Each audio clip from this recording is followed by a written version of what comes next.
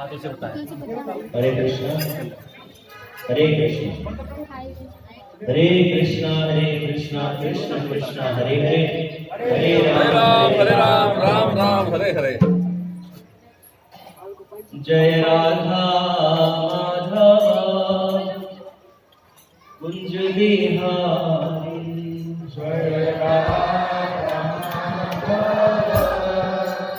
कुंज बिहारी जय राधा माधव कुंज बिहारी जय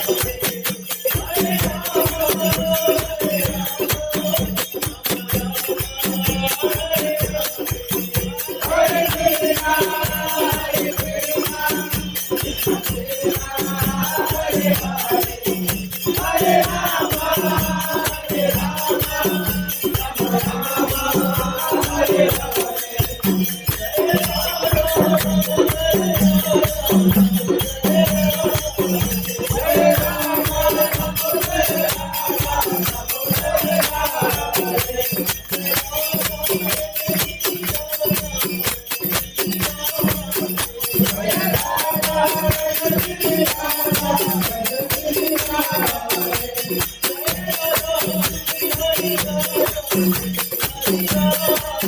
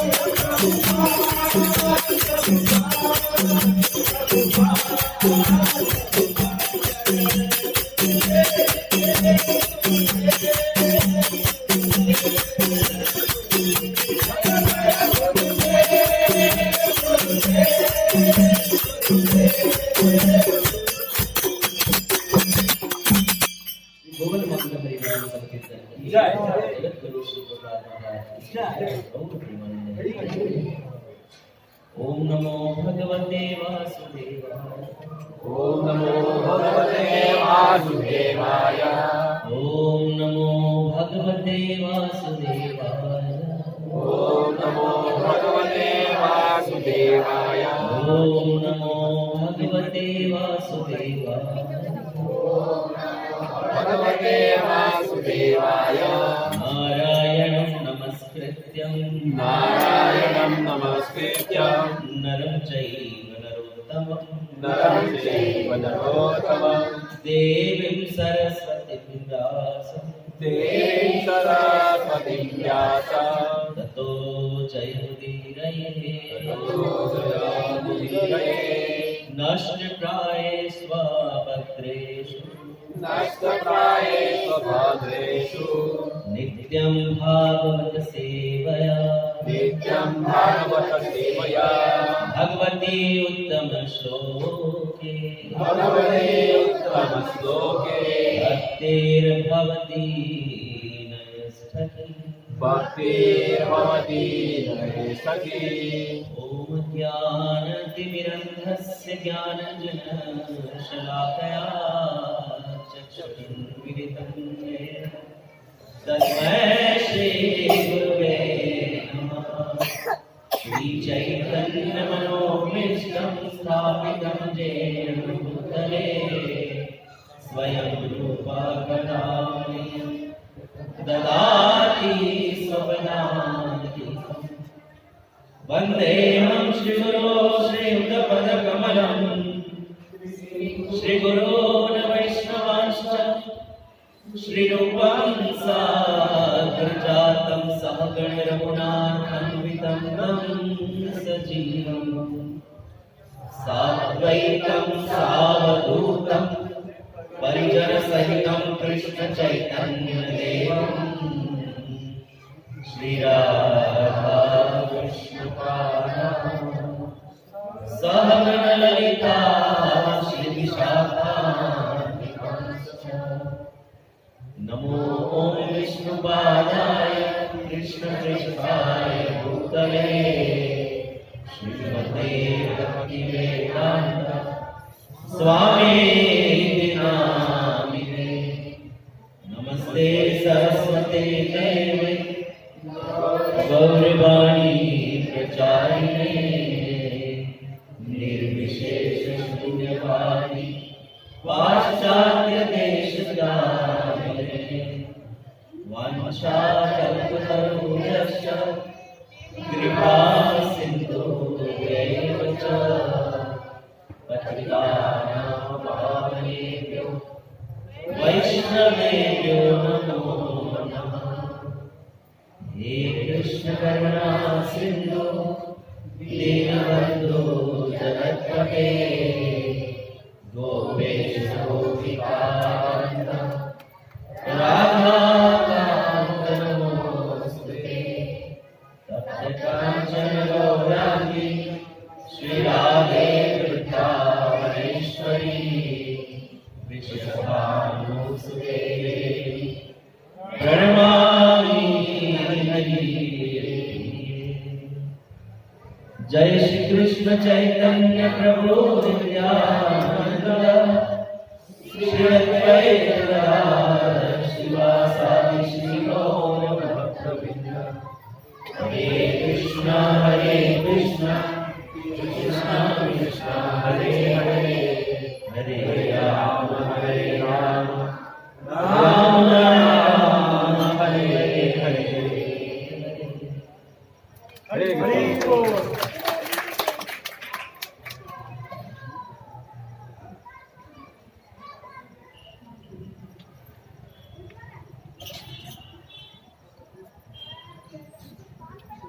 हरे कृष्ण। आप सभी लोग ठीक हैं? हमने गत 2 दिवस में श्रीमद् भागवत महात्म्य को सुना। उसी के बाद गंगा जी के तट पर श्रीमद् भागवत परीक्षित को भगवान सुखदेव ने सुनाया। भागवत 3 जगह कही गई है, वैसे तो 4 जगह। सुखदेव गोस्वामी के द्वारा परीक्षित को गंगा जी के तट पर,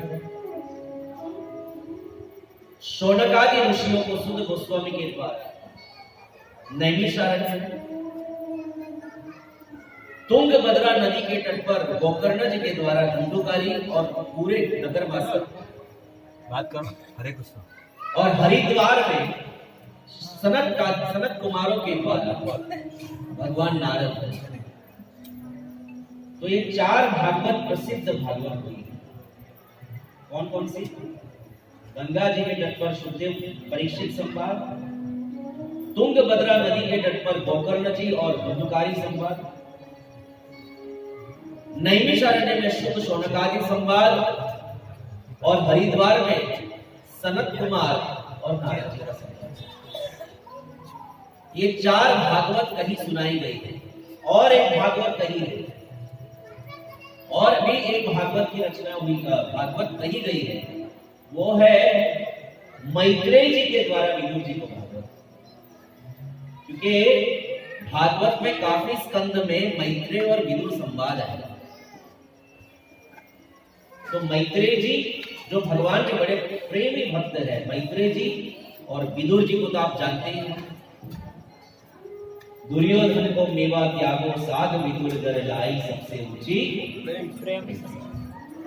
तो जो विदुर जी है, जब भगवान अपने धाम में जा रहे थे तो मैत्रेय जी उनके पास थे, उनको कहकर गए कि मैत्रेय जी मेरे प्रिय विदुर को आप ये परम रहस्य बताएं।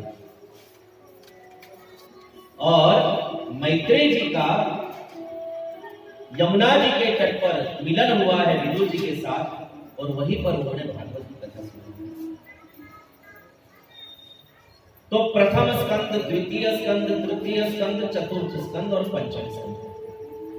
स्कंद किसको बोलते हैं? स्कंद कहते हैं डालियों को, क्योंकि ये भागवत है, इसकी कल्पना परिपक्व फल के जैसे बताई गई है। निगम कल्प तरोड़ गलितम फलम सुखमुखात द्रव संयुतम। ये भागवत जो है, ये संपूर्ण वैदिक साहित्य का एक परिपक्व फल है, और इसकी शाखाएं हैं। शाखा क्या है? तो इसकी कितनी शाखा है भागवत के ग्रंथ की? 12 शाखाएं। किसी भी वृक्ष की शाखाएं होती है ना, जितनी शाखाएं उतना उसका वो वृक्ष ज्यादा घटादार। तो भागवत की 12 शाखाएं हैं।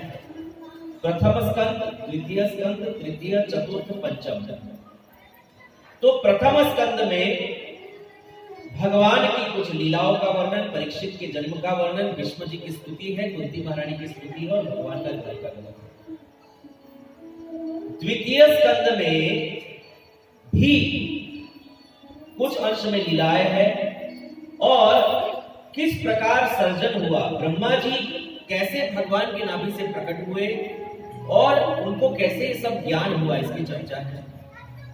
तीसरे स्कंद में भी सृष्टि वर्णन है, एक होता है स्वर्ग और दूसरा होता है विसर्ग। तो एक प्रकृति तो भगवान करते हैं, पृथ्वी जल अग्नि वायु आकाश मन बुद्धि अहंकार की सृष्टि स्वयं भगवान करते हैं। और ये सब पदार्थ ब्रह्मा जी को देते हैं। भगवान जो उत्पत्ति करते हैं उसको सर्ग कहते हैं। और इसी चीजों को लेकर, इसी पदार्थों को लेकर ब्रह्मा जी जब सर्जन करते हैं तो उसको विसर्ग कहते हैं। तो द्वितीय और तृतीय स्कंद में इसी की चर्चा है। चतुर्थ स्कंद में और पंचम स्कंद में भगवान ऋषभदेव का चरित्र है। तृतीय स्कंद में भगवान कपिलोपाख्यान है। चतुर्थ स्कंद में भी भगवान की लीला है। परंतु पंचम स्कंद जो है ये स्थान है। क्या है स्थान का मतलब क्या होता है? देखो, परीक्षित बैठे हैं और ये भगवान को भीतर से और बाहर से दोनों से जानना चाहते हैं। तो द्वितीय स्कंद में सुखदेव गोस्वामी ने भगवान के विराट रूप का वर्णन भी किया। जैसे भगवान के कलमों में पाताल है, पिंडियों में तलातल है, घुटनों में सूतल है, उसी प्रकार का वर्णन किया गया है। तो जितने भी 14 लोक हैं उसका कल्पना भगवान के अंग में ही की गई है। ब्राह्मण भगवान का मस्तक है, क्षत्रिय भुजा है, वैश्य जंगा है और शूद्र चरण है। इसी प्रकार का भी वर्णन भागवत में किया गया है।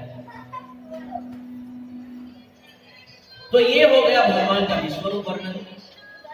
दूसरा वर्णन है भगवान का सूक्ष्म रूप वर्णन, यानी हर व्यक्ति के हृदय में जो परमात्मा विराजमान है उनका भी वर्णन किया गया है। वो कैसे है? वो अंगुष्ठ मात्र है। कितने? अंगूठे के पोरवे के जितने, इतने अपने हृदय में। और शंख चक्र गदा पद्म धारण किए हुए भगवान के शंख का नाम है पंचदश। भगवान की गदा का नाम है कौमुदी की गदा।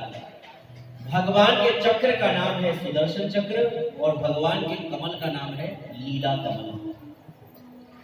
तो ये 4 आयुध लेकर भगवान अपने हाथ में हर भक्त के हृदय में या हर जीव के हृदय में, चाहे वो कुत्ता भी क्यों ना, उनके हृदय में निवास करते हैं। ईश्वर सर्वभूतानां हृदये सृजन तिष्ठति भ्रामयन् सर्वभूतानि यन्त्रारूढानि।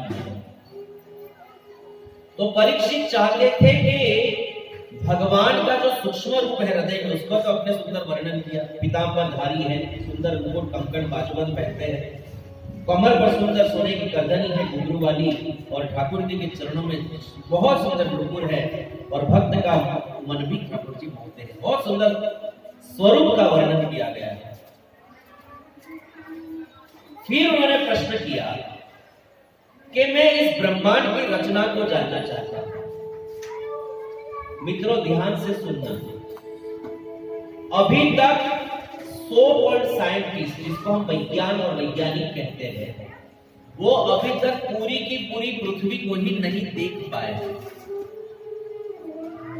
जो पृथ्वी का वर्णन भागवत में किया गया है, 7 द्वीपों वाली ये पृथ्वी। कितने द्वीपों वाली? 7। ये America, Australia, Japan, China, Africa, Russia, ये जितनी भी पृथ्वी हम देखते हैं, जितना भी देश देशांतर, ये सिर्फ एक द्वीप है। ये सिर्फ एक द्वीप है और उस द्वीप में अलग अलग वर्ष है, जिसमें एक द्वीप, जिसको जम्बू द्वीप कहते हैं संस्कृत में, और जम्बू द्वीप में हम जिस देश में रहते हैं, जिस वर्ष में, उसको भारत वर्ष कहते हैं। क्या कहते हैं? पंडित जी घर पे सत्यनारायण की कथा कराने आते हैं तो संकल्प कराते हैं, इति श्री जम्बू द्वीपे भारत खंडे सुमत क्षेत्रे पांडेसरा मध्ये अहम सत्यनारायण पूजा करिष्ये, पानी में कभी। तो जम्बू द्वीप में भारत वर्ष के अंदर हम रहते हैं, हमारा जन्म, ये सब मिलाकर एक पृथ्वी है। और अगर एक चीज कहूंगा तो फिर आपका सत्संग से ही विश्वास उठ जाएगा, पर जो सत्य है वो तो है, पृथ्वी गोल नहीं है। भागवत गोल नहीं मानता, ऐसे गोल नहीं है पूरी बॉल के जैसे, गोल मानता है पर कैसी है? रोटी होती है ना, मारवाड़ी लोग रोटी बनाते हैं, जो मारवाड़ी होने पुराने वाले को पता होगा, रोटी बनाते हैं और रोटी में ऐसे ऐसे ऐसे बॉर्डर बनाते हैं, एक बॉर्डर, दूसरी बॉर्डर, तीसरी बॉर्डर, फिर उस बॉर्डर उसमें जो खांचे पड़ते हैं उसमें घी डालकर फिर खाते, इतनी मोटी रोटी होती है, टिक्कर जिसको बोलते हैं। वो रोटी जैसी होती है जिसमें अलग अलग अलग खांचे बनाते हैं और खांचों में घी भरते हैं। उसी प्रकार पृथ्वी 7 द्वीपों की भरी हुई है, बीच में जो द्वीप है वो जम्मू द्वीप, फिर वापिस एक समुद्र है जो खारा समुद्र है। उस खारे समुद्र के उस तरफ जिसको हम दक्षिण ध्रुव कहते हैं, जहां कोई नहीं जा सकता, वो दक्षिण ध्रुव के उस तरफ दूसरी पृथ्वी पूरी गोल, जो दूसरा द्वीप है उस द्वीप के उस तरफ चारों तरफ दूसरा समुद्र है, वो समुद्र है गन्ने के रस का समुद्र। फिर तीसरी पृथ्वी, फिर शराब का समुद्र, फिर चौथी पृथ्वी, फिर घी का समुद्र, फिर पांचवी पृथ्वी, फिर मीठे पानी का समुद्र, फिर छठी पृथ्वी दूध का समुद्र, और फिर 7वीं पृथ्वी जो श्वेत द्वीप है जहां पर भगवान नारायण का वैकुंठ है। जब हम सत्यनारायण की पूजा करते हैं तो वो श्वेत द्वीप से भगवान को बुलाया जाएगा। ये है जम्बू द्वीप, और नारायण जो 7वीं पृथ्वी पर रहते हैं, जो दिव्य भूमि है, जो दूध के समुद्र के उस पार है, उसको श्वेत द्वीप कहते हैं, और जहां नारायण का वैकुंठ है, जहां नित्य नारायण निवास करते हैं अपने भक्तों के साथ। ये सब वर्णन जिसको स्थान कहा जाता है, ये परीक्षित को सुनना था। महाराज परीक्षित ने पूरे विश्व का वर्णन सुना, और वर्णन सुना तो वहां के लोगों का स्वभाव सुना, तो कोई खाली तो नहीं है। आपने देखा कि सूरत में कोई कोना खाली है? मैं तो कभी कभी जाता हूँ इधर उधर तो लगता है इतने लोग कहां से पैदा हो गए, और इतना, ये तो पहले जंगल था, सब कर गया, सब कर गया। तो सिर्फ पृथ्वी नहीं भरी हुई है, ये संसार में जितने ग्रह नक्षत्र तारे दिख रहे हैं, या जिस 7 पृथ्वी का मैंने वर्णन किया है, ये सातों की सातों पृथ्वी जीवों से भरी हुई है। आप लोगों ने विदेशों में ट्रैवल किया हो तो मुझे नहीं पता है कितने लोग विदेश घूमे थे, यहाँ पर कितने लोग विदेश घूमे? कोई गया है विदेश? गया है विजय रामदास। तो आप कहां घूमे हैं? यूरोप और चाइना। कितने लोग वहां जी? हमको पता, हमको तो पता नहीं कि वहां कितने लोग हैं, लेकिन जब आप परिभ्रमण करते हैं, घूमते हैं, तब आपको पता चलता है कि विदेश में भी कितनी पॉपुलेशन है। उसी प्रकार मैं भी भगवान की कृपा से बहुत पूरे विश्व में घूमा हूं, और आप जहां जहां जाएंगे, इवन हम अफ्रीका के जंगलों में गए, जंगलों में इतनी बस्ती, अफ्रीका के जंगलों में भी इतनी बस्ती। तो ये सब लोग अलग अलग लोग है, अलग अलग ग्रह है, अलग अलग वातावरण है, अलग अलग वातावरण में अलग अलग लोग जी रहे हैं। तो परीक्षित को एक प्रश्न हो वही शिष्य, जिसको प्रश्न नहीं हो वो अच्छे शिष्य नहीं है, क्योंकि या तो उनको कुछ समझ नहीं आया, और या तो सब मेरे से भी ज्यादा समझ आ गया एक ही प्रवचन में, तो उनको कोई जिज्ञासा नहीं है। तो प्रश्न और जिज्ञासा तो होनी चाहिए, जो परीक्षित को हुई, और उन्होंने प्रश्न पूछा। अतः षड्विंशोऽध्यायः श्रीमद्भागवत पंचम स्कंध। आप इसको ध्यान पूर्वक सुनिएगा, क्योंकि इसके बाद की जो चर्चा है अजामिल उद्धार लीला, जिसको हम आगे बढ़ाने वाले हैं, वो अजामिल उद्धार सुनने के लिए, पापी की कथा सुनने के लिए पाप को जानना और पाप की गंभीरता को जानना बहुत जरूरी है। मैं ये सोच रहा था कि इस अध्याय को उड़ा दें, लेकिन इस अध्याय को उड़ा देने से कथा की गंभीरता के ऊपर बहुत असर पड़ सकता है, क्योंकि पापी को पता तो होना चाहिए कि मुझे क्या दंड मिलने वाला है और मेरी क्या गति होने वाली है, इसका ज्ञान होना बहुत जरूरी है। पूरा अध्याय तो नहीं लूंगा, लेकिन फिर भी इस अध्याय की चर्चा करना मैं परम आवश्यक समझता हूं। बच्चों को थोड़ा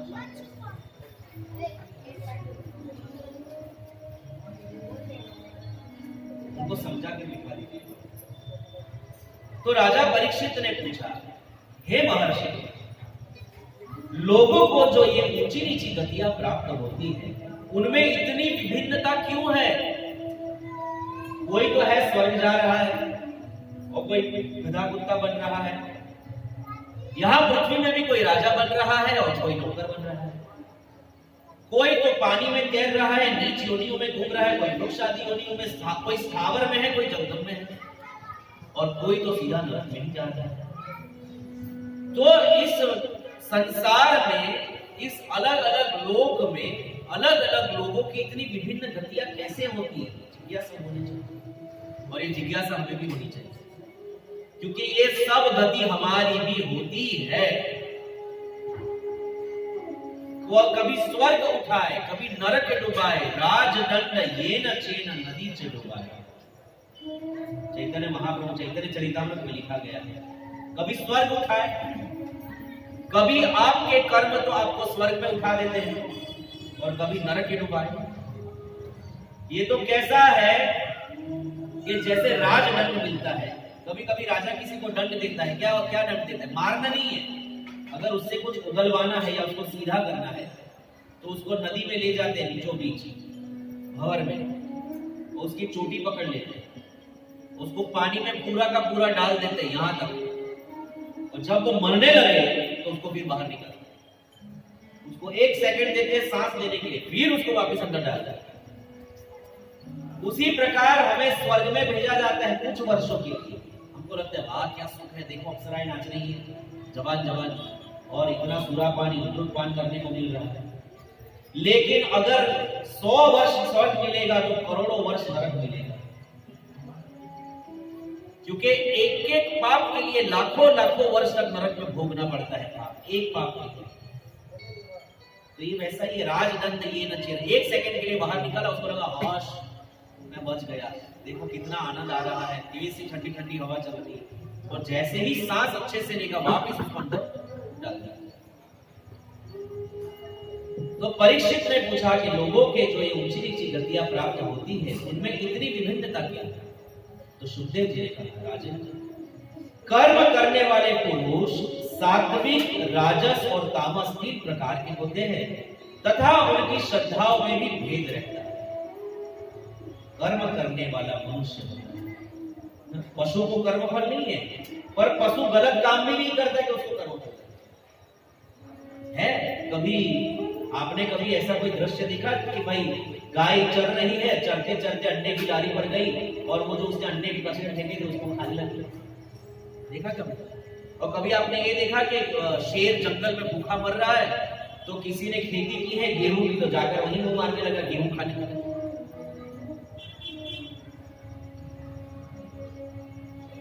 पशु अपनी मर्यादा नहीं छोड़ता है, इसलिए उसको पाप पुण्य नहीं है, क्योंकि वो जो योनि प्राप्त हुई है उसी को भोग लेता है। लेकिन मनुष्य, वो पशु भी कभी कभी बन जाता है और कभी कभी देवता भी बन जाता है, कभी असुर बन जाता है, कभी सुर बन जाता है। तो ये अलग अलग स्वभाव है मनुष्यों के। क्यों अलग अलग स्वभाव है? क्योंकि हर मनुष्य प्रकृति के 3 गुणों से बधा हुआ है। प्रकृति क्रियमाणानि गुणे कर्माणि सर्वशः अहंकार विगूढ़ात्मकर्ता। ये प्रकृति जो है, ये जो शरीर हमको प्राप्त हुआ है, ये प्रकृति कही जाती है। प्रकृति पृथ्वी, जल, अग्नि, वायु, आकाश, मन, बुद्धि, अहंकार को कहा जाता है। और ये जो 8 पदार्थ है ये 3 स्वभाव से प्रस्तुत होते हैं, सात्विक, राजसिक और तामसिक। जो व्यक्ति जैसा खाएगा उसी प्रकृति का उसका शरीर बनेगा, क्योंकि जो खाएगा उसी से शरीर बनेगा और उसी से मन बनेगा। तो जैसा खाए अन्न वैसा होए मन। सात्विक अन्न खाएगा, दूध, सब्जी, दही, घी, फल आदि जो सात्विक पदार्थों का भोजन करता है, सात्विक पदार्थ लेता है, उसकी बुद्धि सात्विक, उसमें दया, सात्विकता, पवित्रता, भक्ति ये सब ज्यादा होता है सात्विक व्यक्ति। जो व्यक्ति रजोगुणी खाता है, यानी तीखा, बासी, रसोई करने के 8 घंटे बाद, अब तो सभी बासी खाते हैं, सुबह सुबह टिफिन बना कर दे देती पत्नी, तुम पीछे रहो। सुबह बनता है 7 बजे टिफिन, खाता है दोपहर को 4 बजे, तो हो ही गया राजसी। छाती में जले वैसा सूखा तीखा आदि जो खाते हैं ये राजसी भोजन है, और राजसी भोजन खाने से राजसी बुद्धि बनती है और वो राजसी कार्य करेगा। राजसी बुद्धि वाले व्यक्ति का स्वभाव होता है मैं और मेरा, मैं और मेरा, मैं और मेरा परिवार। घर बनाओ, गाड़ी खरीदो, बच्चे पैदा करो, बच्चे को और बढ़ाओ और उसको उसके लिए जायदाद एकत्रित करो। ये जो बुद्धि होता है मैं और मेरे वाले की, ये बुद्धि होती है राजसी के। जिस चीज को शास्त्र में छूना भी मना है, जैसे हमारे घर में किसी की मृत्यु हो जाए तो मुर्दे को छूना मना, हम छूते हैं, मुर्दे को छूते हैं, तो नाके तक जाते हैं, उसको जब शव वाहिनी में चला जाता है तो घर आकर सब लोग नहाते हैं कि नहीं नहाते हो कि नहीं? क्योंकि सनातन धर्म में मुर्दे को छूना अपराध माना गया है, पाप माना गया है, पवित्र माना गया है। इसलिए मुर्दे को छूकर नहाना पड़ता है, पवित्र होना पड़ता है। और हम घर में मरे हुए पशु को लाकर अपने पवित्र रसोई घर में लाकर उसको रांधते हैं और अपने इस पवित्र शरीर में डालते हैं।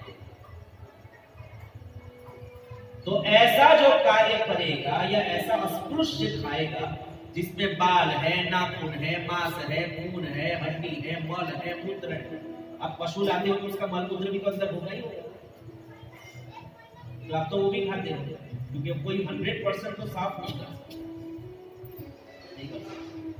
तो आप पशु का मल मूत्र भी खा रहे हैं जो अस्पृश्य है। ये सब जब आप तामसी पदार्थ खाते हो तो आपकी बुद्धि भी तामसी ही हो जाएगी, और तामसी व्यक्ति अज्ञान में रहता है। उसको तो मैं और मेरा भी नहीं रहता है, बस सिर्फ मैं ही रहता है, भाड़ में जाए सब, वो उसके लिए सिर्फ मैं होता है। खाओ पियो आनंद करो, मरने के बाद किसने देखा है कि स्वर्ग है कि नरक है? जो भी करना है यही करो। हमारे सनातन धर्म में एक आचार्य हो गए चार्वाक जिसको कहते हैं, वो नास्तिक धर्म के प्रवर्तक। तो उन्होंने कहा था यावत जीवेत सुखम जीवेत ऋणम कृत्वा घृतम पीबेत। क्या बोला? जब तक जियो सुख से जियो, कर्जा करो करोड़ों रुपए का लेकिन घी पियो, कर्जा करके भी घी पियो, क्योंकि मरने के बाद किसने देखा है कि स्वर्ग जाएंगे कि नरक? मतलब जियो तो जलसा करो बस। ये अज्ञान है, ये तप है। अब जैसे जैसे व्यक्ति में गुण है, सात्विक गुण है तो सात्विक श्रद्धा होगी, देवी देवताओं में श्रद्धा होगी। जो व्यक्ति सात्विक आहार लेता है उसकी भगवान नारायण में, सूर्य में, ब्रह्मा जी में, गणेश में, दुर्गा में, शिव जी में, नारायण में आदि में श्रद्धा होगी, क्योंकि उसकी बुद्धि सात्विक है। जो व्यक्ति राजसिक है उसको तो जानने की जरूरत भी नहीं है कि भगवान कौन है। ये हमारे सब, ये आपकी सबकी स्टोरी है, मेरी तो नहीं है, क्योंकि मैं तो जो भगवान है उसी को मानता हूं। लेकिन जो राजसी व्यक्ति है उसको कोई लेना देना नहीं है कि मैं जिसकी उपासना कर रहा हूं भगवान है कि। किसी ने बोल दिया कि भाई अगर तुम है ना बार बार यहाँ जाओगे ना तो तुम्हारे सब काम हो जाएंगे, नंगे पैर वहां चलते जाओगे तुम्हारे सब काम हो जाएंगे। जानने की भी परवाह नहीं करता कि मैं जिसके घर जा रहा हूं भगवान है कि। बस मेरा घर भरना चाहिए, मेरी इच्छाएं पूरी होनी चाहिए।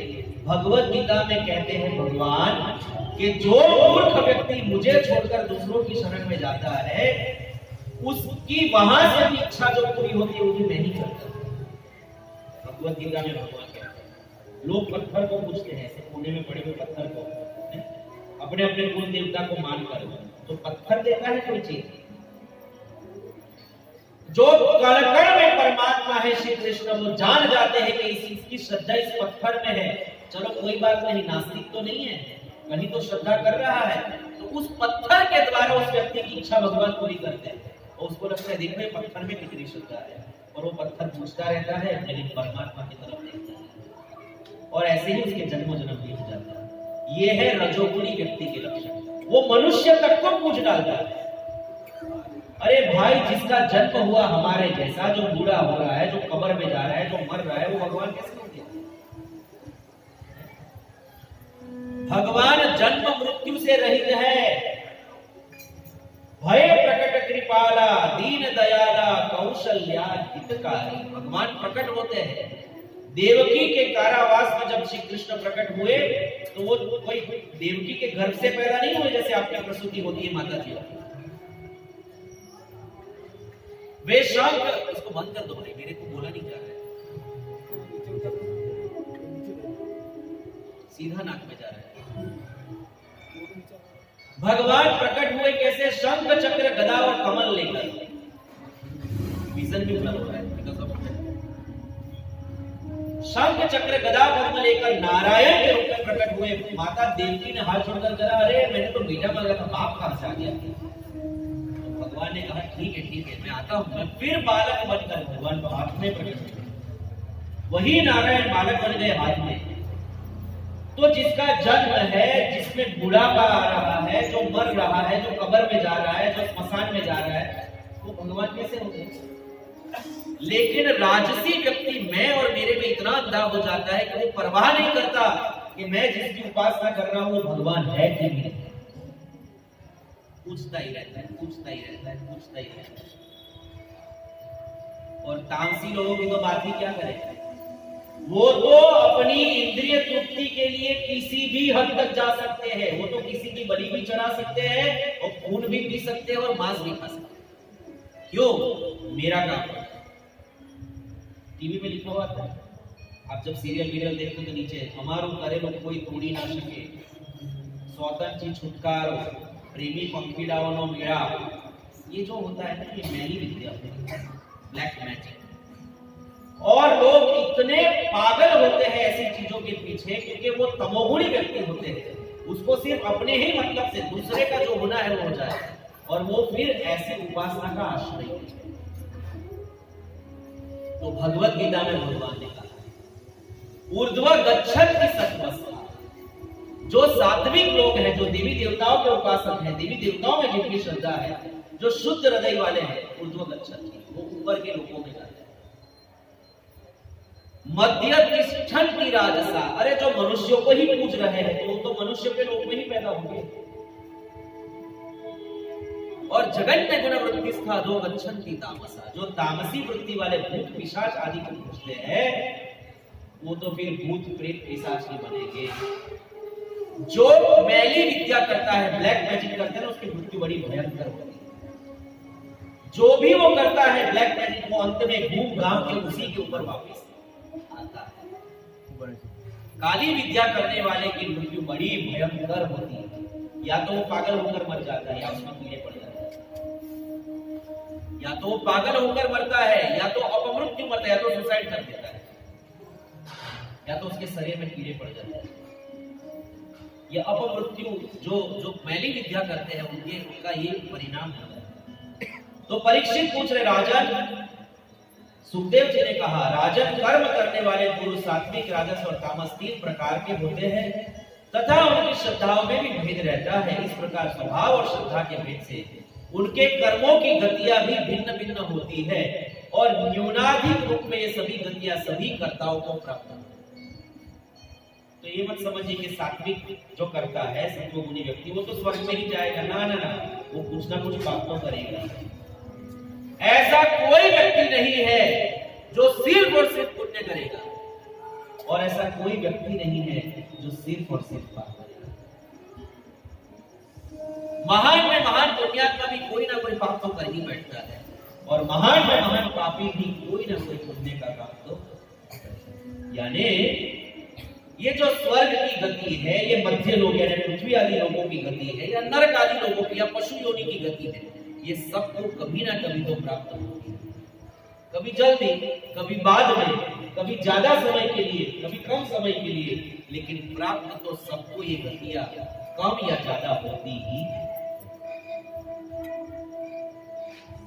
हम कितना बिंदास होकर जीवन जी रहे हैं बताइए। अनुपमा देख रहे हैं और बर्गर खा रहे हैं और डिस्को में जाके नाच रहे हैं, सिनेमा देखने जा रहे हैं। हमें पता है कि हम कहां कहां घुसकर आए। अगर सावधानी नहीं बरती गई, अगर ध्यान पूर्वक जीवन नहीं सजाया गया तो हमारी कितनी भयंकर गति हो सकती है, क्या हमने कभी ये जाना?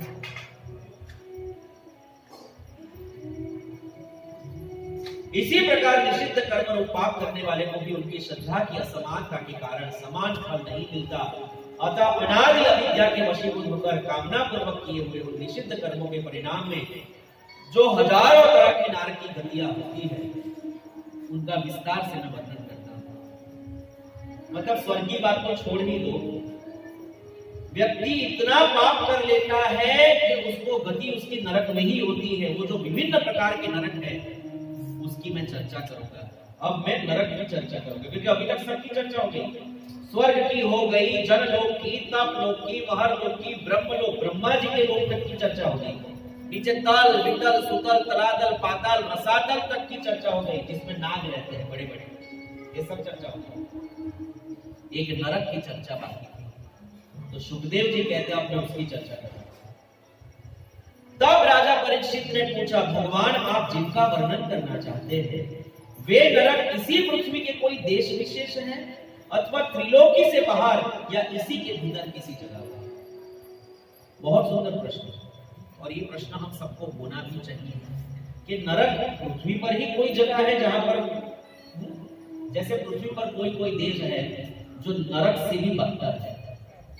अफगानिस्तान है कि नहीं? लोग वहां मांग रहे हैं मृत्यु, हमें मार दो, क्योंकि उनके पास खाने और पीना भी नहीं है, उनके पास कुछ नहीं है। बेटियां बेचनी पड़ रही है, कल ही मैं न्यूज में पढ़ रहा था, बच्चे बेच रहे हैं खाने के लिए, बच्चे बेच रहे हैं। क्या है नरक नहीं है? हमारा पड़ोसी देश जो हमेशा बड़ी बड़ी गिरियां हाँकता रहता है, तो परीक्षित ने कहा हाँ भाई इतना दुख यही मिलता है पृथ्वी पर कभी कभी, तो क्या ये इसी को नरक मानते हैं या त्रिलोकी के बाहर कोई नरक है? त्रिलोकी आने ये ब्रह्मांड के बाहर कोई जगह है जहां नरक है, जहां जीव को भेजा जाता है, या तो इस त्रिलोकी के अंदर ही कोई ऐसा ग्रह है, ऐसी जगह है जिसको नरक कहा जाता है या नरक है। तो सुखदेव जी ने कहा राजन वे त्रिलोकी के भीतर ही, नरक इस ब्रह्मांड के अंदर ही है, तथा दक्षिण की ओर पृथ्वी से नीचे जल के ऊपर स्थित है। पृथ्वी के दक्षिण की ओर, उत्तर की ओर नहीं, उत्तर की तरफ और तो भगवान है, दक्षिण नीचे, जो भगवान की तरफ नहीं जाएगा वही तो नीचे जाएगा। पृथ्वी की दक्षिण की तरफ, पृथ्वी में दक्षिण की तरफ समुद्र के ऊपर, यानी पाताल के अंदर नहीं है, समुद्र के ऊपर है। दक्षिण की ओर पृथ्वी से नीचे जल के ऊपर स्थित है। इसी दिशा में अग्निश्वास आदि पितृगण रहते हैं। हमारे यहाँ जो भी पुरखे मर जाते हैं वो पितृलोक में जाते हैं। कहा जाते हैं पितृलोक। पितरों का एक लोक है जिसको पितृलोक कहते हैं। वहां अग्निश्वास आदि पितृगण रहते हैं। वे अत्यंत एकाग्रता पूर्वक अपने वंशधरों के लिए मंगल कामना करते हैं। अगर आपने अपने पितरों के मरने के पीछे क्रिया जो करनी चाहिए वो नहीं की तो आपको पितृदोष लगेगा, और वो पितृदोष इतना भयंकर है कि वो आपको गली गली घर घर भीख भी मंगवाएगा।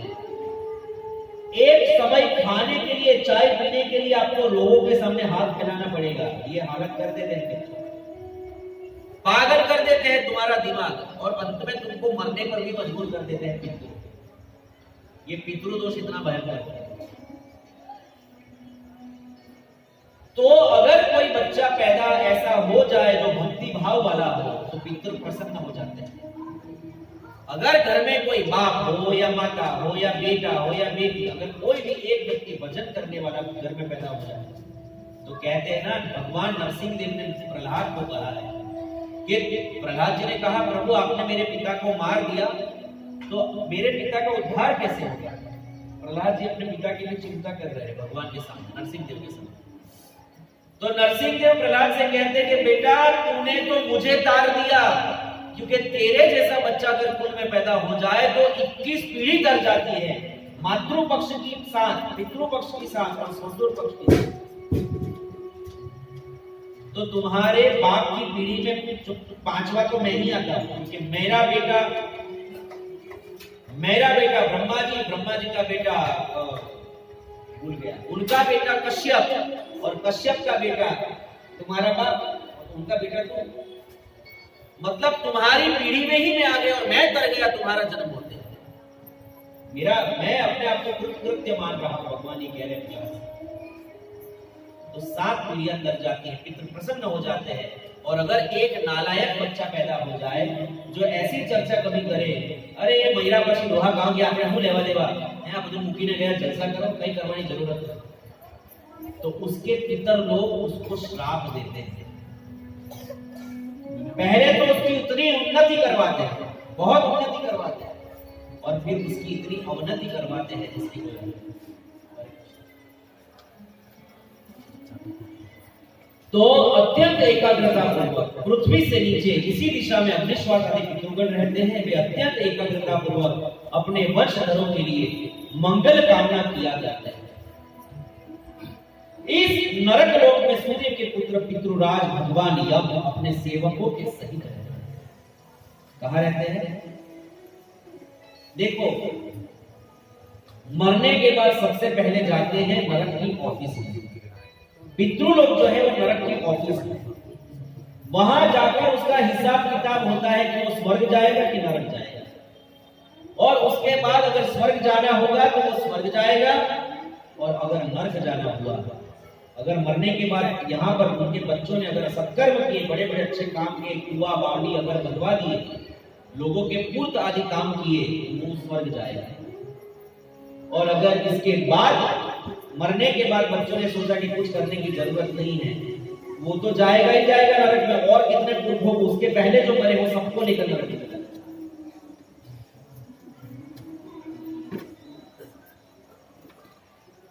उस नरक लोक में सूर्य के पुत्र पितृराज भगवान यम अपने सेवकों के सहित रहते हैं, तथा भगवान की आज्ञा का उल्लंघन न करते हुए अपने दूतों द्वारा वहां लाए हुए मृत प्राणियों को उनके दुष्कर्मों के अनुसार पाप का फल प्रदान करते हैं।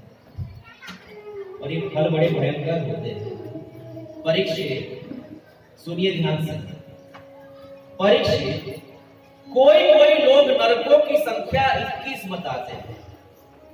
कोई लोग नरकों की संख्या 21 बताते हैं। जैसे 7 ऋषियों के 7 नरक हैं, ऐसे नरक की संख्या 21 बताई गई है, 21 नरक है। लेकिन अब हम नाम, रूप और लक्षणों के अनुसार उनका क्रमशः वर्णन करेंगे। मेरी तरफ ऐसे लगाइएगा।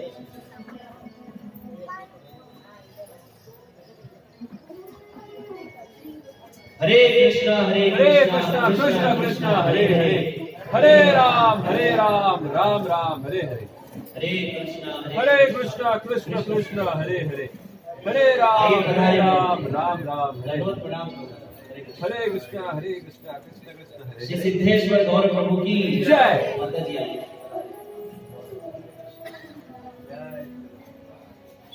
कीर्तन बजाए। हरि बोल। हरे कृष्णा कृष्णा कृष्ण हरे हरे, हरे राम राम राम हरे हरे। हरे कृष्णा कृष्णा कृष्ण हरे हरे, हरे राम राम राम हरे हरे। हरे कृष्णा कृष्णा कृष्ण हरे हरे, हरे राम राम हरे हरे। हरे कृष्णा कृष्णा कृष्ण हरे हरे, हरे राम राम हरे हरे।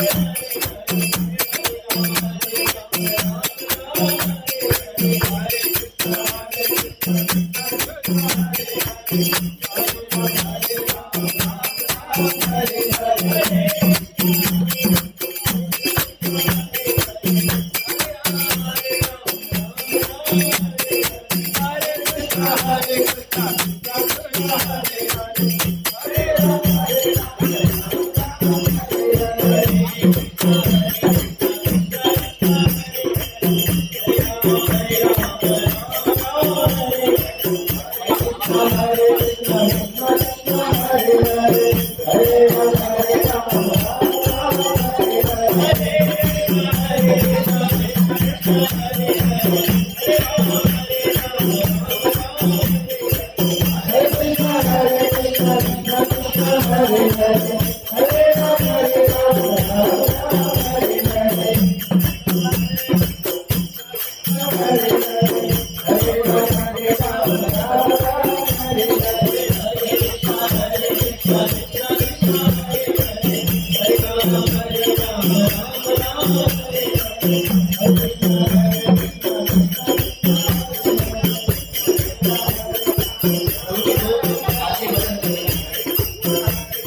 पहले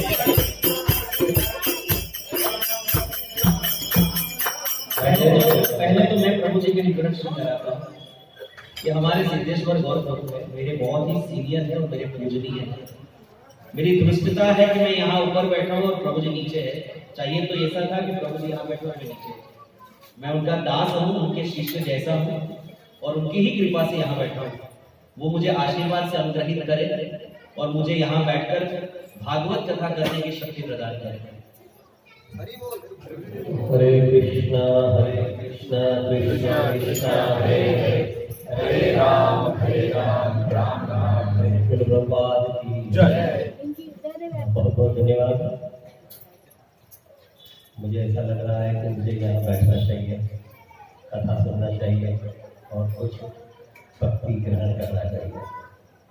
प्रभु जी का विवेक है। प्रभु जी बता रहे हैं कि मैं उनसे सीनियर हूँ। मैं बता देता हूँ कि मेरे बाल सफ़ेद है, इतना फर्क है, बाकी बहुत अच्छे भक्त हैं।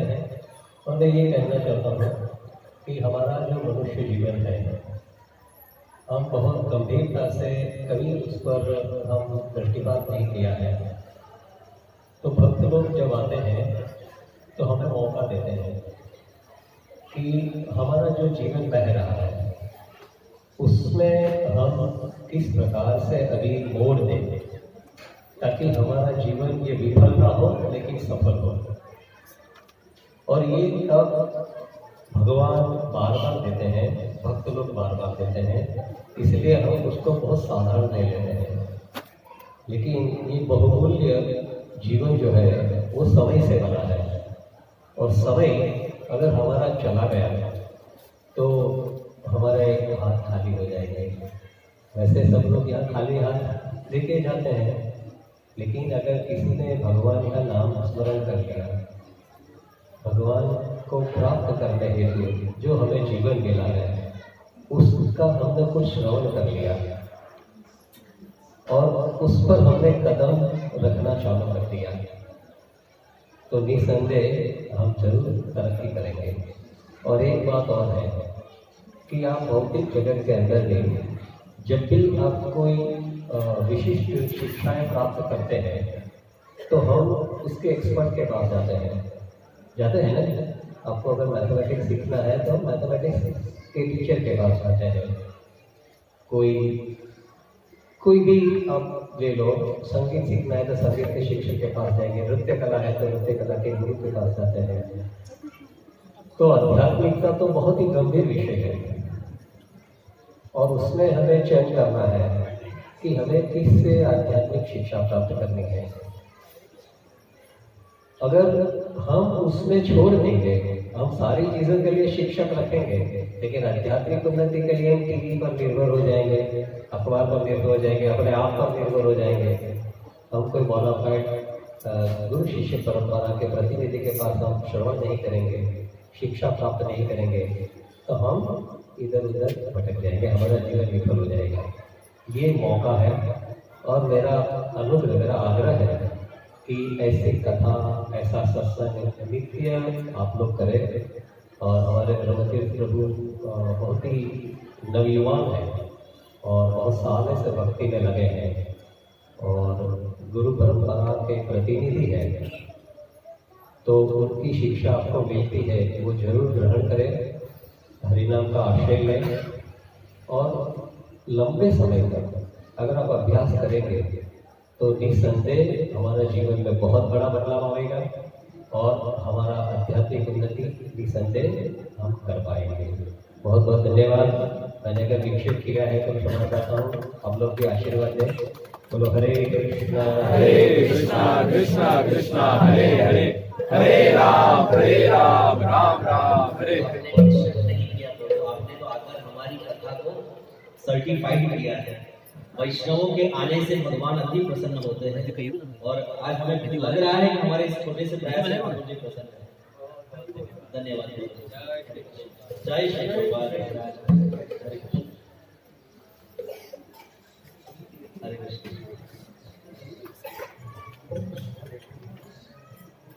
चलिए हम अपनी इस भागवत कथा सुधा में आगे चलते हैं। परीक्षित कोई कोई लोग नरकों की संख्या 21 बताते हैं।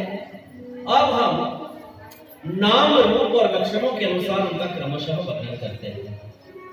उनके नाम है तामिस्र, अंधकामिस्र, रौरव, महारौरव, कुंभिपाक, कालसूत्र, असिपत्रमन, सुकरमुख, अंधकुप, कृमिभोजन, समदंश, तप्तसुर्मी, व्रजकंटक शामली, वैतरणी, पुयोद, प्राणरोध, विषसन, लालाभक्ष, सारमेयादन, अविची और अयहपान।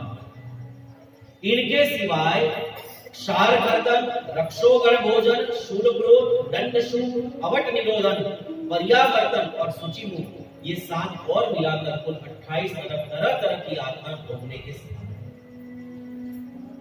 28 नरकों का यहाँ वर्णन किया गया।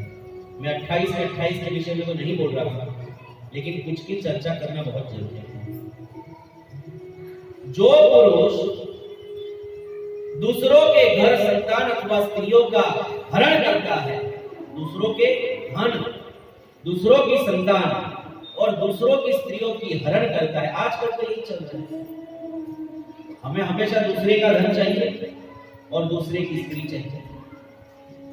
तो जो व्यक्ति दूसरे के धन, दूसरे की स्त्री और दूसरे की संतान का हरण करता है, उसे अत्यंत भयानक यमदूत कालपाश में बांध करता है। जब मृत्यु आती है तो यम के दूत पाश लेकर आते हैं। पाश का अर्थ होता है हथकड़ी। जैसे यहाँ की पुलिस के पास हथकड़ी होती है, वैसे यमराज का पाश होता है और उस पाश को कोई भी व्यक्ति खोल नहीं सकता है। वो सूक्ष्म शरीर को पास से बांध लेता है। हमारे पास 2 शरीर है, वैसे तो 3 शरीर है। एक स्थूल शरीर पृथ्वी, जल, अग्नि, वायु, आकाश से बना हुआ, जिसको हम देख और छू सकते हैं। उसके अंदर दूसरा शरीर, सूक्ष्म शरीर, मन, बुद्धि और अहंकार का शरीर, जो सूक्ष्म है, जो दिखता नहीं है। और तीसरा शरीर आत्मा का सच्चिदानंद शरीर, दिव्य शरीर। तो इस दिव्य शरीर को सूक्ष्म शरीर के साथ बांध करके इस दिव्य शरीर ने सूक्ष्म शरीर को अपना मान लिया। मेरा मन, मेरी बुद्धि, मेरा अहंकार, मेरा शरीर, मेरा घर, ये मेरा करने से तो काम होता है। तो मरने पर स्थूल शरीर तो यही छूट जाता है, पृथ्वी, जल, अग्नि, वायु, आकाश का। लेकिन ये जो मैं मेरा जिसमें वो मानता है, वो मन, वैसी मैं मेरेपन वाली बुद्धि और मैं मेरे मन वाला अहंकार, ये तीनों से बना हुआ सूक्ष्म शरीर को ये यमदूत यमपाश में बांधकर उस शरीर से खींचकर बाहर निकालते हैं और उस यातना शरीर में उसको घसीटते हुए 1 लाख योजन का रास्ता कुछ सेकंड में पास करवाते हैं। नीचे की जो जमीन होती है वो बालू की गरम रेत, हमने गुजराती में समझाओ तो धानी फोड़वा માટે જે રેતી જેટલી ગરમ કરવામાં આવે, धानी फोड़ीए तो रेती में धानी फूटे, तो रेती ने नीचे आग लगाड़ीने गरम કરવામાં આવે तो केवी धानी फूटे, फट फट फट फट फट। ऐसी गरम बालूका के ऊपर लाख योजन का अंतर कुछ ही सेकंड में दौड़ाया जाता है। नरक जाने के दोनों तरफ के रास्ते में दावानल जलता है, यानी जंगल में आग लगी, हमेशा ही लगी रहती है। तो यहाँ दोनों तरफ से गर्मी, आग जंगल की, नीचे से रेती जलाई गई है और ऊपर से सूर्य का प्रखर ताप जिसको वो सहन नहीं कर सकता है। कभी कभी बेहोश होकर गिर जाता है तो भी उसको घसीटा जाता है, उसको कोड़े मार मार कर दौड़ाया जाता है और ऐसे लाखों योजन का अंतर कुछ क्षण में, कुछ सेकंड में उसको नरक तक पहुंचाया जाता है। शुरुआत वहीं से हो जाती है, रास्ते से। ऐसा नहीं है कि भाई आपको नरक में पाप भोगना ही है, तो भोगना ही है, तो आपको हम थोड़ा अच्छे से लेके जाए, 3 टायर एसी में बिठा कर लेके जाए और वहां आपको मीट खिलाए और आपको पानी की बोतल एक एक्स्ट्रा दे दी जाए। पानी भी नहीं है पीने के लिए, वहां उसको नरक में लेकर जाया जाता है।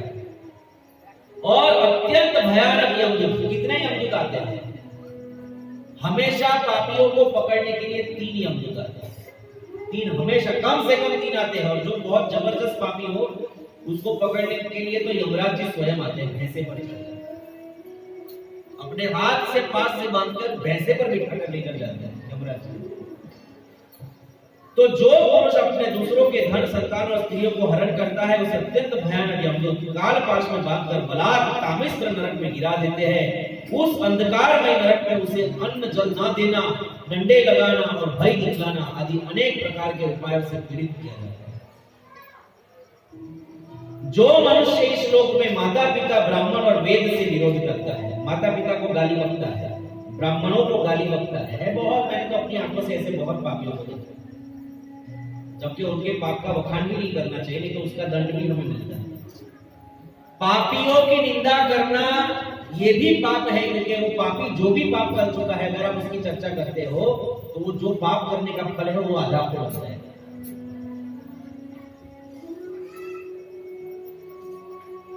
तो जो मनुष्य इस लोक में माता पिता ब्राह्मण और वेद से यानी शास्त्रों से विरुद्ध करता है, यहाँ बैठे होंगे कोई लोग, या सुनते होंगे, जो नीचे नहीं आएंगे वो ऊपर ही रहेंगे, क्योंकि उनको इसमें श्रद्धा नहीं है।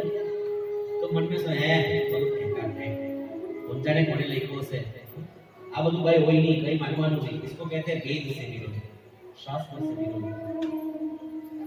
ऐसे यमदूत कालसूत्र नरक में ले जाते हैं। इसका घेरा 10,000 योजन है, इसकी भूमि तांबे की है, इसमें जो तपा हुआ मैदान है वो ऊपर से सूर्य और नीचे से अग्नि के दाह से जलता रहता है। वहां पहुंचाया हुआ पापी जीव भूख प्यास से व्याकुल हो जाता है और उसका शरीर बाहर भीतर से जलने लगता है। जो पुरुष परस्त्री गमन करता है, यानी विवाह हो जाने पर भी परस्त्री गमन करता है, अपनी स्त्री को छोड़कर दूसरी स्त्री के साथ रमण करता है और संभोग करता है, अथवा कोई स्त्री अपना पुरुष छोड़कर पर पुरुष के साथ विहार करती है, तो उसे तप्त सुरभि नामक नरक में डाला जाता है। वहां क्या होगा? तो अगर वो स्त्री पापी होगी तो उसको पुरुष के शरीर के साथ, यानी एक लोहे का पुरुष शरीर होगा जिसको नीचे आग से जलाया जाएगा, एकदम लाल किया जाएगा और यमदूत उसको बांधकर उस लोहे के पुतले से चिपका देंगे। क्योंकि यहाँ बहुत आनंद आ रहा था ना स्त्री स्पर्श करने का, आलिंगन का जो सुख प्राप्त हो रहा था, उसी सुख को लेने के लिए उसको, अगर स्त्री होगी तो पुरुष शरीर से, और अगर पुरुष होगा तो लोहे की तपाई हुई पुतली से, गर्म की हुई पुतली से उसको चिपका दिया जाएगा। चिपकाते ही शरीर के चित्रे उड़ जाएंगे। और ये चीज आप समझ लीजिए कि ये एक दंड लाखों बार दिया जाता है। एक ही दंड, एक ही पाप के लिए एक ही दंड लाखों बार उसको दिया जाता है। और वहां जो शरीर होता है उसको यातना शरीर कहते हैं। जैसे भगवान ने पूरे ब्रह्मांड में अलग अलग ग्रहों पे रहने के लिए अलग अलग शरीरों की रचना की, इसी शरीर से आप स्वर्ग नहीं जा सकते, मरकर ही स्वर्ग जाया जा सकता है, क्योंकि स्वर्ग का शरीर अलग है। आप पानी के अंदर भी नहीं रह सकते, पानी में भी स्विम सूट पहनकर और ऑक्सीजन लगाकर आप पानी में रह सकते, क्योंकि पानी में रहने के लिए भी अलग वातावरण है और अलग शरीर चाहिए। उसी प्रकार नरक में रहने के लिए अलग शरीर होता है जिसको यातना शरीर कहते हैं। वो शरीर हमारे शरीर से 1000 गुना कोमल होता है।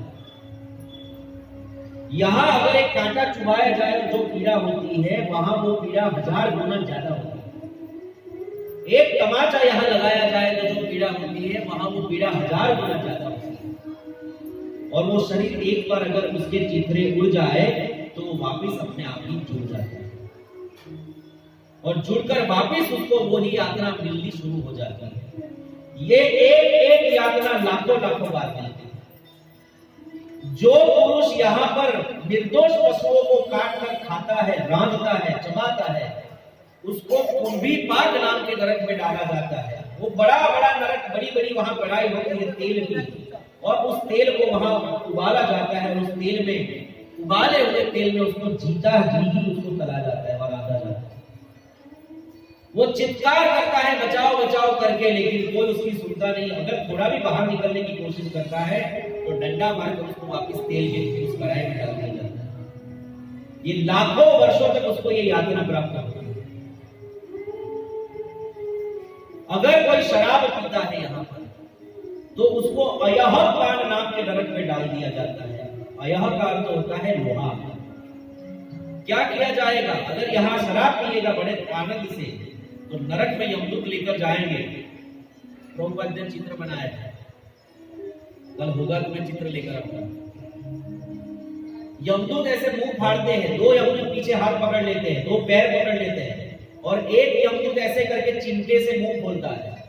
और लोहा इतना गर्म करके उसका रस बनाया जाता है और वो वही गरम गरम रस उसके मुंह में डाल दिया जाता है। बड़े आनंद से दारू पी जाता है, अब पियो लोहा। इसको अयहम पान नरक कहते हैं। और जो व्यक्ति यहाँ जुआ खेलता है, दूसरे का धन भर लेता है, उसको रौरव नाम के नरक में डाला जाता है। वहां रूरू नाम के कुत्ते, रूरू नाम के पशु उसके अकड़िया भी खींच कर उसके बाहर निकाल देते हैं, उसके पूरे शरीर को नोच डालते हैं, जो दूसरे के धन को नोचता है। जो पुरुष इस लोक में खटमल आदि जीवों की हिंसा करता है, ये तो सब नरक में जाने वाले। मच्छर मारता है, जू मारता है, खटमल मारता है, कॉकरोच मारता है, चींटी मारता है, मकोड़ा मारता है। अब तो वो रैकेट लेकर बैठे हैं घर में। तो जो पुरुष खटमल आदि जीवों की हिंसा करता है, वह उसे द्रोह करने के कारण अंधकूप नरक में गिरता है, क्योंकि स्वयं भगवान ने ही रक्तपानादि उनकी वृत्ति बना दी।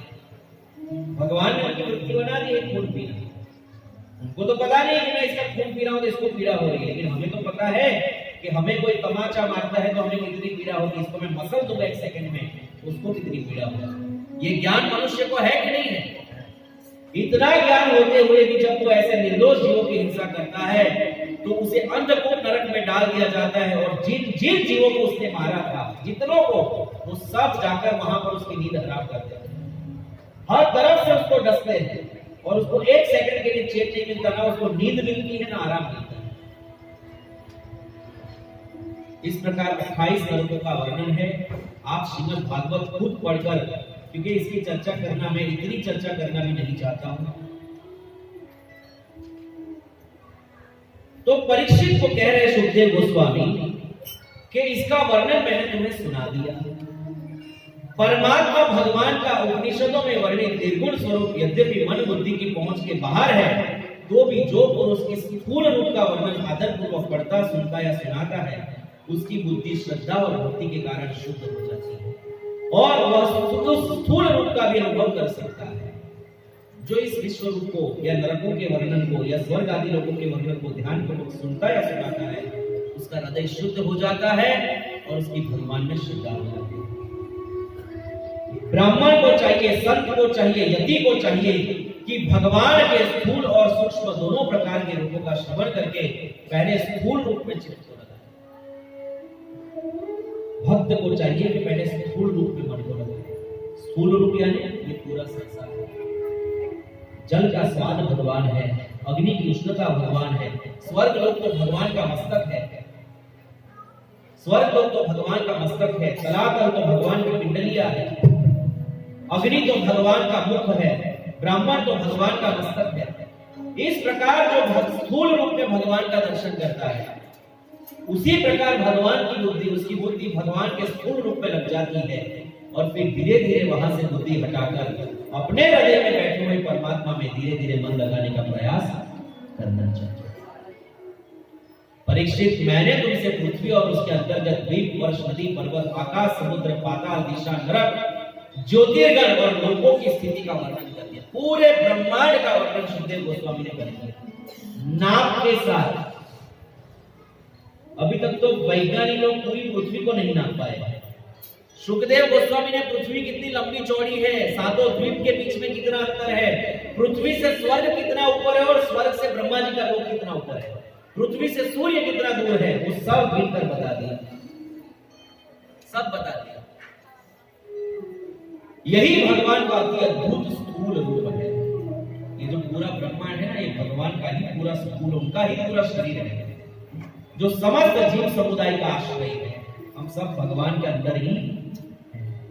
इति श्रीमद् भागवते महापुराणे वैयासिक्यां अष्टादश सहस्राणां परमहंस्या संहितायां पंचम स्कंधे नरकानुवर्णनं नाम षड्विंशोऽध्यायः इति पंचम स्कंध समाप्त। हरि ओम। आज पंचम स्कंध हमारे यहाँ पूर्ण हुआ है। कल से छठा स्कंध शुरू होगा, परीक्षित सुखदेव संवाद, और कल से अजामिल कथा शुरू होगी। अगर किसी को कोई प्रश्न है तो हमें पूछ सकते हैं। ये समझ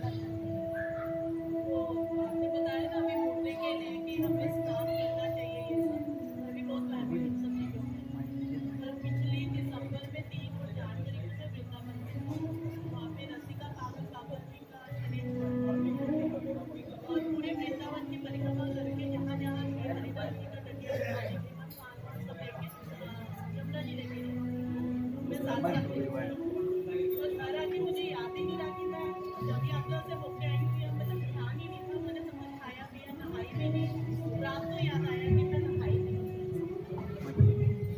ये अपनी श्रद्धा के ऊपर डिपेंड करता है। लेकिन आप जिन महापुरुष की बात कर रही है उनका शरीर हमारे जैसा मलमूत्र का रहा ही नहीं है, इसलिए अगर एक पक्ष से देखा जाए तो इसमें आपको कोई दोष नहीं लगता, क्योंकि महापुरुषों का शरीर प्रकृतिस्थ नहीं रहता है। आप और मेरा शरीर प्रकृति के, हमें अपने शरीर की बुद्धि है, हमें अपने शरीर का भान है, हम देहात्म बुद्धि में है, इसलिए हमें दोष लगता है। हम मरते हैं तो हमारा शरीर अपवित्र माना जाता है, हमें छूने में दोष है।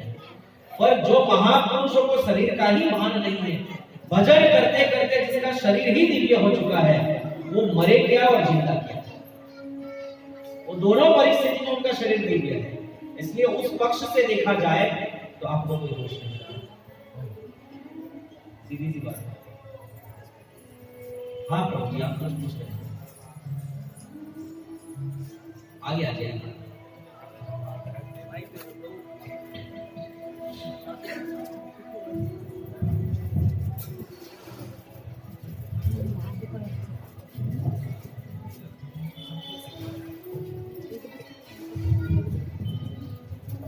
प्रभु जी, आपने जो नरक के वर्णन बताए और जो गलतियां सब लोग करते हैं, पाप के भागीदार बनते हैं, जैसे मैं बिजनेस करता हूँ, कोई भी आगे काम करना है तो झूठ सभी चीज़ें होती है। जो झूठ सच जो हम अपने कर्म के हिसाब से, कार्य के हिसाब से भी करते हैं, तो ये कहाँ तक उचित है? ये बिल्कुल उचित तो नहीं है। असत्य भाषण तो सर्वथा त्याज्य ही होना चाहिए, छोड़ ही देना चाहिए। लेकिन कुछ प्रसंगों में भागवत में ही कहीं कहीं झूठ बोलने के लिए बताया गया है। कहां पर? पूरा तो मुझे स्मरण नहीं है, लेकिन जितना मेरे को स्मरण है, तो जब किसी की कन्या का विवाह नहीं हो रहा हो, उस कन्या का विवाह करते समय थोड़ा झूठ बोलना पड़े, अरे बड़ी गुणवान है, अरे बड़ी सुशील है, कर लीजिए, अच्छा है। ऐसे समय अगर थोड़ा सा झूठ बोलना पड़े तो वो झूठ नहीं। अगर आपका परिवार भूखा मर रहा है, आपके परिवार को खाने के वादे हैं और आप व्यवसाय कर रहे हैं, उसमें आपकी उपज नहीं हो रही है, उसमें आपको थोड़ा सा झूठ बोलकर अगर व्यापार करके अपने परिवार का पेट भर सकते हो तो उतना झूठ बोलना भी पाप। पर वो झूठ कैसा होना चाहिए? दाल में नमक में डालना। जब पति पत्नी हास्य परिहास्य कर रहे हो तो पत्नी के साथ कुछ मजाक करते समय पति झूठ बोल सकता है, कुछ अंश में। ऐसी कुछ जगहों पर कुछ अंश में झूठ बोलने की परमिशन दी गई है। लेकिन इसका मतलब ये नहीं है कि हम करोड़ों कमाने के लिए बस झूठ पर झूठ बोलते जाए, उसका दंड हमें अवश्य भरना है। ये इसके लिए हमें माफी नहीं मिलेगी। लेकिन अगर आपका कंसर्न ये है तो प्रभु जी झूठ तो साफ बोलते थे। यहाँ बैठा हुआ आपने तो प्रश्न पूछ लिया, आपकी प्रामाणिकता है, लेकिन सब तो अपने आप को बड़े साधु मानते हैं, तो वो लोग बोलेंगे नहीं। पर बात तो सत्य ये है कि सब झूठ है, सब कुछ ना कुछ पाप करते हैं, अभी भी करते हैं और करते ही हैं। तो यही प्रश्न कल परीक्षित पूछने वाले हैं कि जिस प्रकार नरकों का वर्णन हमने बताया, मैंने तो 28 नरक बनाए हैं, तो कोई ना कोई पाप के तो जाने ही पड़ेंगे। पाप तो हम बनते ही, हमारे से पाप बनते ही बनते हैं, तो नरक तो हम सबको जाना है। जिस प्रकार सुखदेव गोस्वामी ने चर्चा की इस अध्याय की, उस हिसाब से इस पृथ्वी पर जन्म लेने वाला कोई भी जीव स्वर्ग नहीं जा सकता, सब नरक जाएगा। प्रश्न पूछ रहे हैं परीक्षित, कल शुरू होगा तो फिर कैसे बचा जाए? उसी की चर्चा, इसी के लिए तो एक अध्याय है। मेरा दूसरा क्वेश्चन यही था। बस तो ये आप कल आना, आपके प्रश्न का जवाब आपको कल देना, ठीक है? बहुत सुंदर प्रश्न। और कोई क्वेश्चन है? हरे कृष्ण। आरती करेंगे। अभी जयराम प्रभु कुछ बोलना चाहते हैं।